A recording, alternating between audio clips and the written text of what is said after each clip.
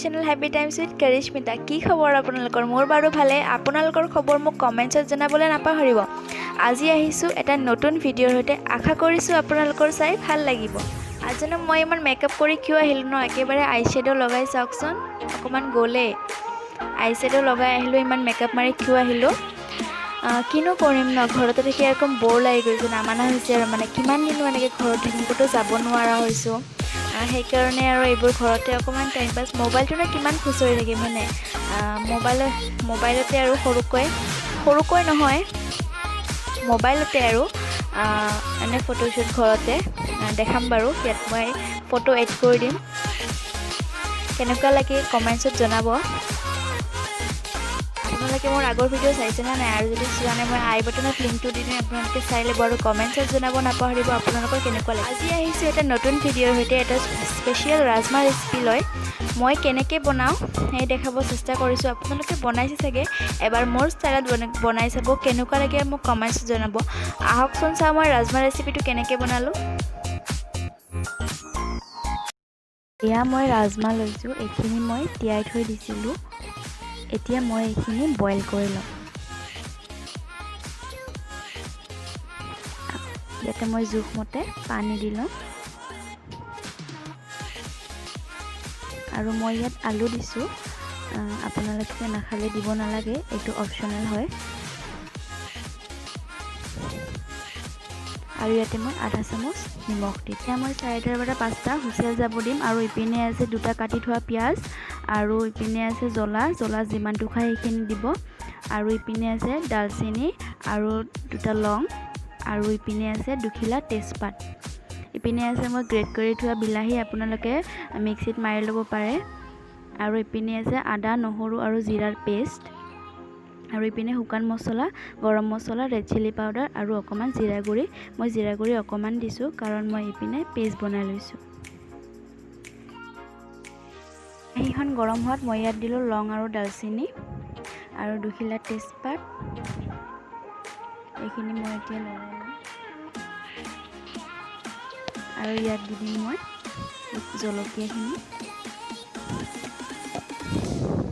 আৰু এতিয়া দি দিম মই কাটি থোৱা পিঁয়াজখিনি। এতিয়া মই এইখিনি অকণমান ৰঙচুৱা হোৱালৈ ভাজি ল'ম। বেছি ৰঙচুৱা কৰিব নালাগে, অকণমান গল্ডেন কালাৰ হ'লে হৈ যাব।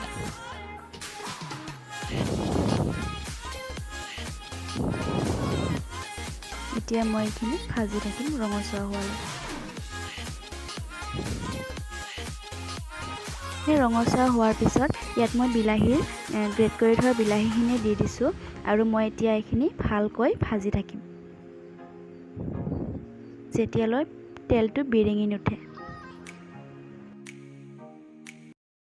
তেলখিনি বিৰিঙি উঠাৰ পিছত মই ইয়াত আদা, নহৰু আৰু জিৰাৰ পেষ্টখিনি দি দিলোঁ। এতিয়া মই এইখিনি ভাজি ল'ম। ইয়াৰ কেঁচা গোন্ধটো নোযোৱালৈ মই এইখিনি ভাজি ল'ম। এই পেষ্টটো দিলে খাবলৈ খুবেই ভাল হয়। অকণমান ভজা হোৱাৰ পিছত ইয়াত মই শুকান মছলাখিনি দি দিছোঁ। আৰু মই হালধিটো মই দেখাব পাহৰিছোঁ, ইয়াতে মই হালধি দিছোঁ সৰু চামুচেৰে 1 চামুচ।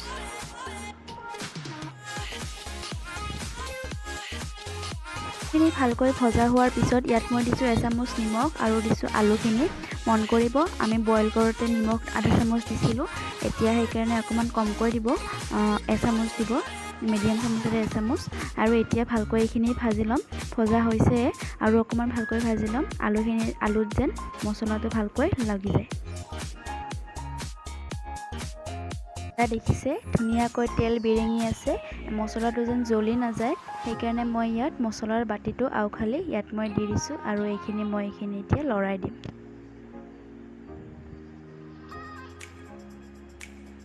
দেখিছে ৰংটো দেখিবলৈ ইমান ধুনীয়া হৈছে।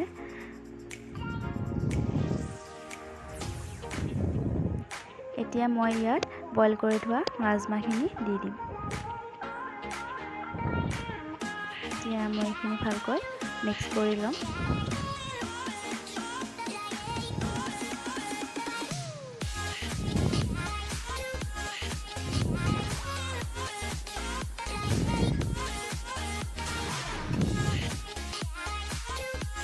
মই ইয়াত গৰম পানী এড কৰিছোঁ। আপুনি যিমানটো গ্ৰেভি ৰাখে তাৰে অনুসৰি পানী দিব আৰু এইখিনি মই 5 মিনিট ঢাকোন লগাই দিয়াৰ পিছত মই গেছৰ ফ্লেমটো অফ কৰি দিম। এয়া আমাৰ ৰাজমাহ ৰেডি হৈ গ'ল। কেমেৰাত হয়তো অকণমান দেখিবলৈ বেলেগ হৈছে, কিন্তু খাবলৈ খুবেই টেষ্টি হৈছিলে।